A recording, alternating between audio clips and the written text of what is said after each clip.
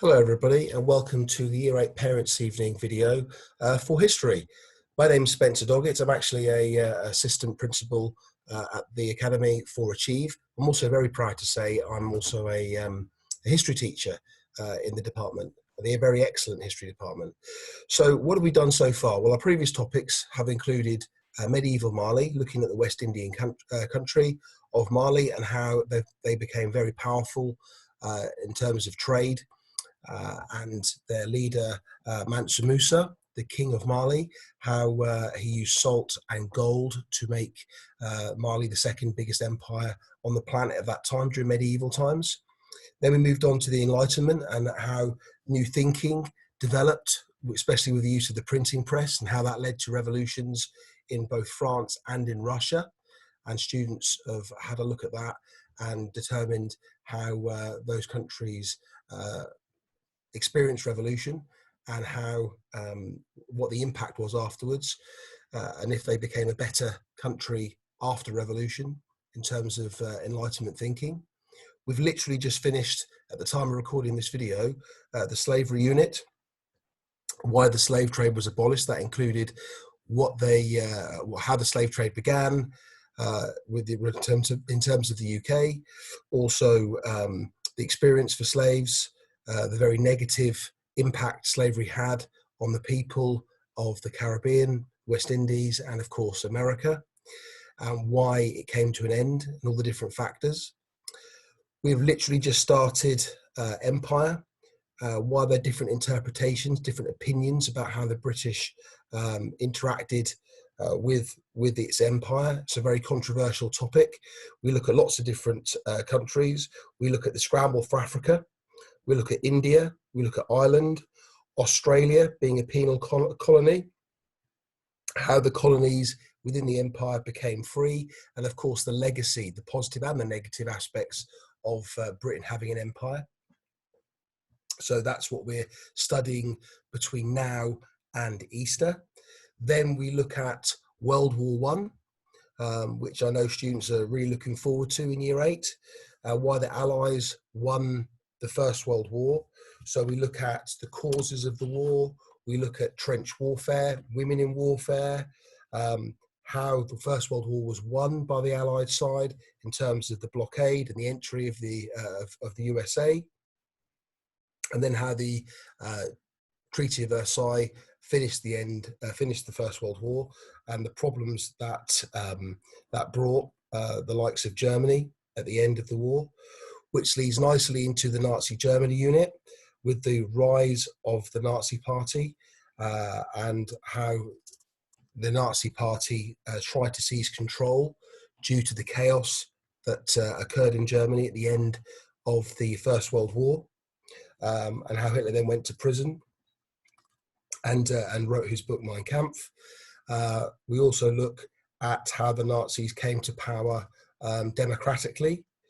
Then we look at how they kept control in terms of both terror and propaganda, and how Hitler used the Hitler myth to make his points, which leads on to anti-Semitism, and of course a unit on the Holocaust that we do later on. So that's what's in store for Year 8 students for the rest of this year. How can you as parents help your students? Well, as you can see at the bottom of the screen, once again we've got Venture Vitals, where you've got all the key learning, all the key information which will help all students. We do little tests at the very start of every single lesson based on quiz questions that will be found in the Venture Vitals. This is the key information, key dates, people, places, especially helpful for really big topics like the Empire and World War I, when there's a huge amount to learn.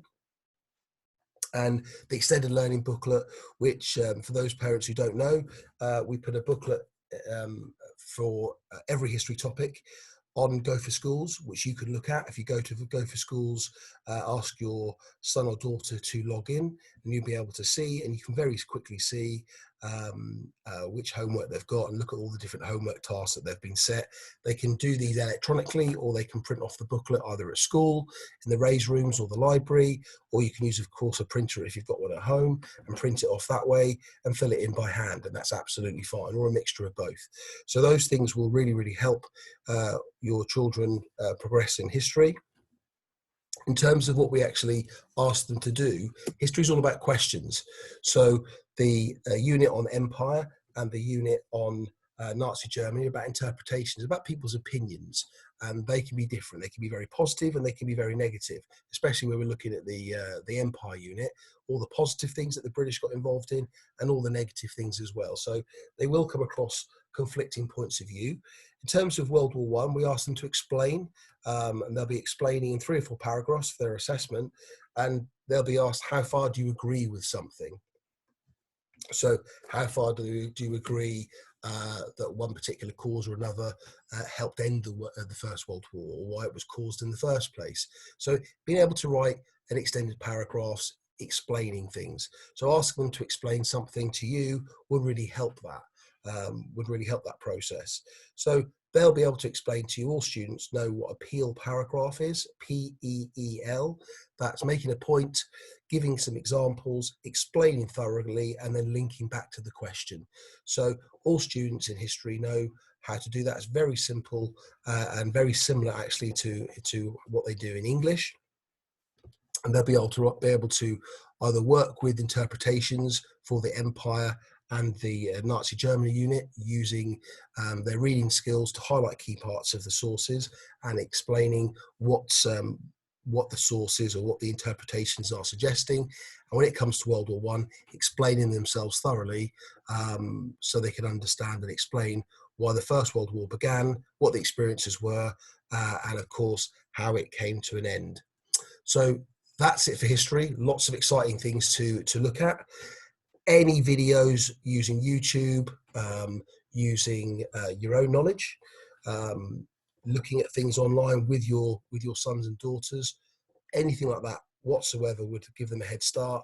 And there's lots and lots of things that can be talked about, of course, at home prior to and post the lessons. And hopefully, I'm hoping that in terms of history at home, that you'll be familiar with some of these things, because Mali, the Enlightenment and slavery has already been covered.